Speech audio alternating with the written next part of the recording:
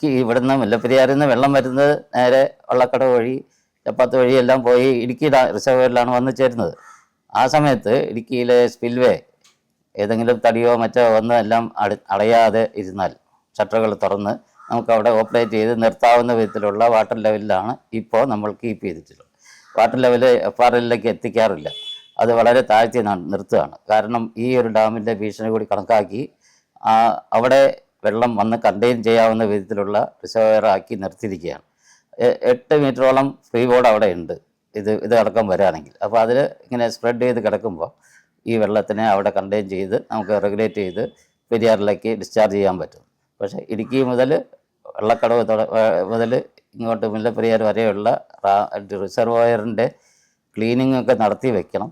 അതിന് താഴെ 2-3 ഡാമുകളുണ്ട്. ലോവർ പെരിയാർ ഡാമുണ്ട്, ഈ ഡാമെല്ലാം ഉണ്ട്. ആ ഡാമുകളുടെ ഷട്ടറും ഇതിനനുസരിച്ച് റെഗുലേറ്റ് ചെയ്തുകൊണ്ട് ഇരുന്നാൽ പെരിയാർ ബാരേജിൽ വരുന്ന വെള്ളം നമുക്ക് കൺട്രോൾ ചെയ്യാം.